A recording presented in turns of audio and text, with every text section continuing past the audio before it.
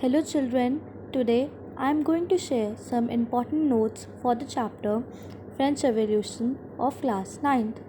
So let's start. In 1774, Louis XVI of the Bourbon family of kings ascended the throne of France. Upon his accession, he found an empty treasury. It posed problems before the new king.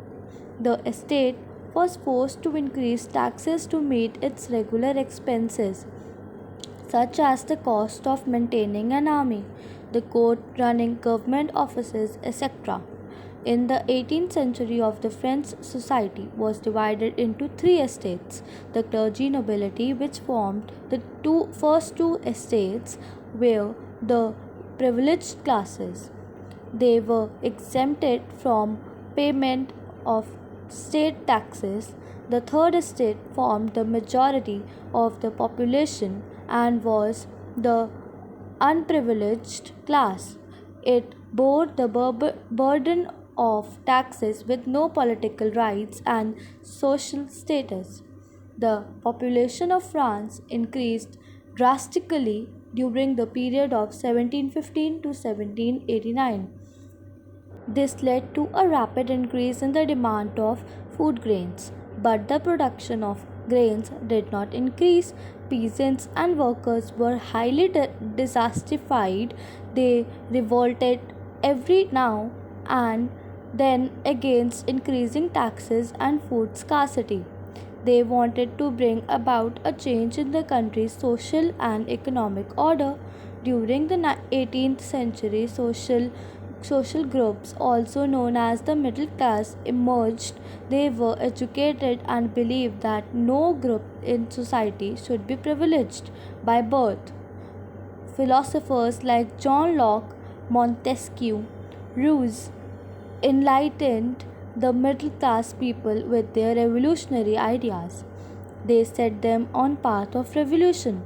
Louis XVI planned to increase further taxes. He called together an assembly of the States General on May 5, 1789 for the purpose. The members of the Third Estate participated in the assembly but walked out of it when their demand of voting rights was rejected by the king. On June 20, they assembled in the hall of an indoor tennis court in the grounds of Versailles.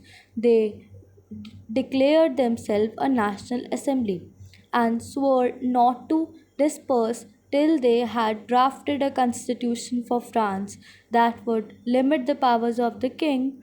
The rest of France was seething with turmoil. On July 14th, they stormed and destroyed the Bastille.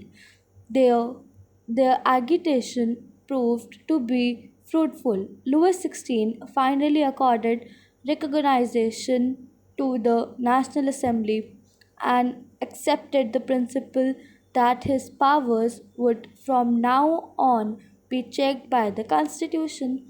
On August 17, 1789, the Assembly passed a decree abolishing the feudal system of obligations and taxes. Members of the clergy, too, were forced to give up their privileges. The National Assembly completed the draft of the Constitution in 1791. Its main object was to limit the powers of monarch. The Constitution of 1791 vested the power to make laws in the National Assembly, which was indirectly elected. The Constitution began with a declaration of the rights of man and citizen. Rights such as the right to life, freedom of speech, freedom of opinion, equality before law were established as natural and inalienable rights. So let's see some more notes. Louis XVI no doubt signed the constitution, but he entered into secret negotiations with the King of Prussia. The National Assembly acted swiftly. It declared war against Prussia and Austria. Thousands of voluntaries thronged from the provinces to join the army. The Revolutionary Wars brought losses and economic difficulties to the people of France. In spite of that, large section of population wanted to carry the revolution further. Political clubs came into limelight. The most successful of these clubs was that of the Jacobins. The members of the Jacobin Club belonged mainly to the less prosperous sections of society. Maximilien Robespierre was the leader of the Jacobin Club. On August 10, 1792, the Jacobins stormed the palace of the Tuileries, massacred the king's guards, and held the king himself as hostage for several hours. Later, the assembly voted to imprison the royal family. Elections were held. The newly elected assembly was called the Convention.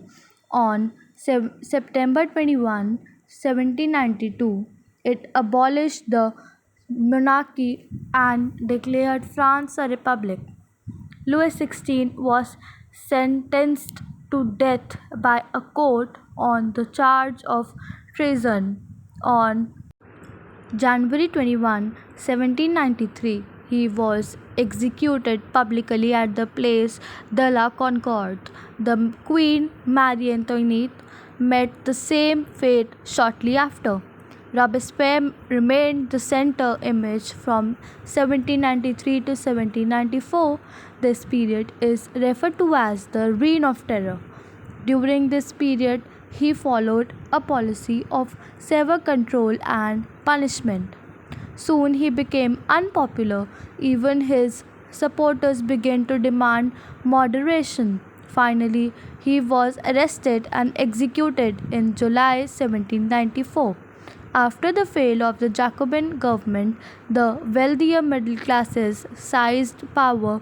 A new constitution was introduced which denied to vote non-propertied sections of society.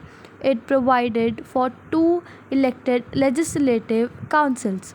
These legislative councils appointed a directory and executive made up of 5 members. However, the directors often clashed with the legislative councils. As a result, political instability took place, which paved the way for the rise of Napoleon Bonaparte, who was a military dictator. In 1804, he crowned himself the Emperor of France. In the beginning, people saw him as a liberator who would bring freedom for them. But soon the Napoleonic armies came to be viewed everywhere as an invading force. He was finally defeated at Waterloo in 1815.